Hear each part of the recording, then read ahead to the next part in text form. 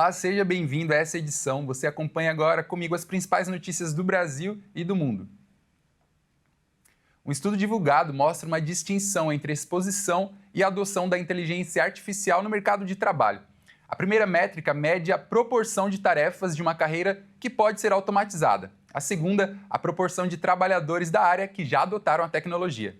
O relatório aponta que os cargos técnicos têm a maior exposição à inteligência artificial. No topo do ranking estão os administradores de banco de dados, auditores, profissionais de segurança da informação, especialistas em tecnologia da informação e engenheiro de dados. As carreiras ligadas aos dados lideram a adoção da inteligência artificial para o trabalho. Cientistas, engenheiros e analistas de dados são os 3 primeiros colocados. Do outro lado estão os trabalhos com muitas tarefas manuais ou que dependem de relações interpessoais, como gerente de restaurante ou vendedores do varejo. O estudo destaca que carreiras importantes ainda têm baixa exposição e baixa adoção de inteligência artificial, como é o caso das vendas. Isso se deve à dificuldade da tecnologia em replicar habilidades como persuasão e empatia. O lançamento do ChatGPT pela OpenAI em 2022 foi o pontapé inicial de uma mudança no mercado de trabalho. Segundo os dados apresentados pelo estudo, desde a chegada da inteligência artificial generativa, os anúncios de emprego diminuíram de uma maneira geral. No entanto, a queda foi sentida de maneira diferente dependendo do nível de exposição à inteligência artificial. Cargos mais expostos à tecnologia caíram 31%, enquanto os menos expostos tiveram uma queda menor, de 25%. O relatório faz uma ressalva. Entre de cargos com maior exposição, aqueles com maior adoção da tecnologia viram um aumento de demanda em comparação àqueles em que a inteligência artificial ainda não é tão utilizada. A observação dos especialistas é que essa tendência indica que a inteligência artificial complementa o trabalho humano em vez de substituí-lo, tornando os trabalhadores mais produtivos.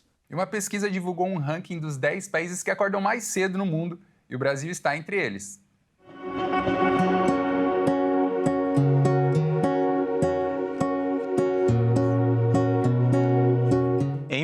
Onde o tempo é precioso e as horas do dia parecem insuficientes, uma pesquisa realizada pela Organização para a Cooperação e Desenvolvimento Econômico fez um ranking dos 10 países mais madrugadores do mundo, e o Brasil está entre eles. Os chamados madrugadores são os países onde os seus habitantes acordam mais cedo, levando em conta o horário em que os despertadores começam a tocar, principalmente para as jornadas de trabalho. Mas dentro dessas categorias também podem incluir aquelas pessoas que utilizam as primeiras horas do dia para fazer exercícios físicos, por exemplo. O Brasil integra o 8º lugar do ranking internacional. A lista é composta por Colômbia em primeiro lugar, com os despertadores tocando às 6h30 da manhã, Indonésia em segundo, às 6h55, o Japão em terceiro, às 7h09 da manhã, em quarto, o México, às 7h09 também, em quinto, Dinamarca, às 7h19 da manhã, sexto, os Estados Unidos, às 7h20, Alemanha em 7º lugar, acordando às 7h25 da manhã, em oitavo, o Brasil, despertando às 7h31, em nono lugar, a China, às 7h42 da manhã e, finalmente, em 10º lugar, a Espanha, com os seus habitantes acordando às 8h05 da manhã. O site espanhol Business Insider, especialista em negócios e riqueza econômica, analisou as informações.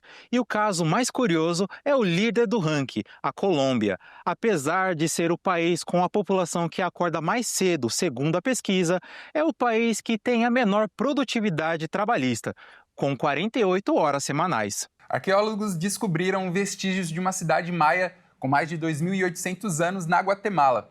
A civilização maia se expandiu por territórios que ocupam atualmente o sul do México, Guatemala, Belize, El Salvador e Honduras. E sua existência remonta a pelo menos 2.000 anos antes de Cristo. A descoberta da cidade Los Abuelos foi feita a 21 quilômetros do sítio arqueológico Uaxactún, no departamento de Petén, informou o Ministério guatemalteco. De acordo com um comunicado divulgado pelo Ministério da Cultura da Guatemala, a cidade possui uma extensão de 16 quilômetros quadrados e se revelou como um dos centros cerimoniais mais antigos e importantes desse período da civilização maia, na área florestal de Petén. A descoberta foi feita por arqueólogos guatemaltecos e eslovacos, ao ampliarem em 2009 para cerca de 1.200 km² a área de pesquisa em zonas pouco exploradas do Parque Uaxactún. Além da cidade, foi descoberto outro setor conhecido como Petinal, onde foi encontrada uma pirâmide de 33 metros de altura, decorada com murais do período pré-clássico, e o sítio Cambraial, que conta com um sistema de canais singular para a água. Os maias foram uma das maiores civilizações pré-hispânicas da América e deixaram grandes contribuições para a humanidade. Eles desenvolveram um avançado sistema numérico e de escrita hieroglífica e criaram um calendário que ainda assombra arqueólogos e astrônomos. O número de nascimentos no Japão ficou abaixo de 700 mil em 2024, segundo dados divulgados pelo governo. O país, com 123 milhões de habitantes, tem, segundo o Banco Mundial, a segunda população mais envelhecida do planeta. Segundo os dados divulgados pelo governo, o Japão enfrenta uma crise demográfica severa. Em 2024, o país registrou o menor número de nascimentos de sua história, com apenas 686 mil bebês nascendo, uma queda de 41 mil em relação ao ano anterior. Este é um marco preocupante, pois pela primeira vez desde o início dos registros em 1889, o número de nascimentos ficou abaixo de 700 mil.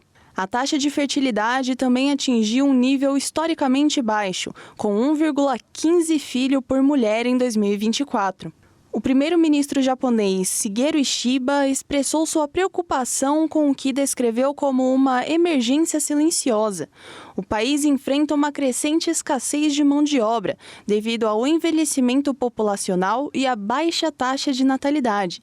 Em 2024, o Japão registrou 1.600.000 mortes, um aumento de quase 2% em relação ao ano anterior. A política rígida contra a imigração agrava ainda mais a situação, pois não há trabalhadores suficientes para substituir os que se aposentam, impactando negativamente a economia e a sustentabilidade da previdência social. Para enfrentar essa crise demográfica, o governo japonês está implementando uma série de medidas destinadas a incentivar o aumento de natalidade. Entre as propostas estão a adoção de horários de trabalho mais flexíveis, permitindo que casais passem mais tempo juntos, e incentivos financeiros para ajudar as famílias a sustentar seus filhos. A expectativa é que essas iniciativas possam reverter a tendência de queda nos nascimentos e contribuir para a estabilidade econômica do país. Mas a eficácia dessas medidas ainda está por ser comprovada. O custo de vida crescente continua a ser um desafio significativo para as famílias japonesas, que muitas vezes hesitam em ter mais filhos devido às pressões financeiras. Bom, essa edição fica por aqui. Eu agradeço demais a sua companhia. Desejo a você um ótimo domingo. Até mais.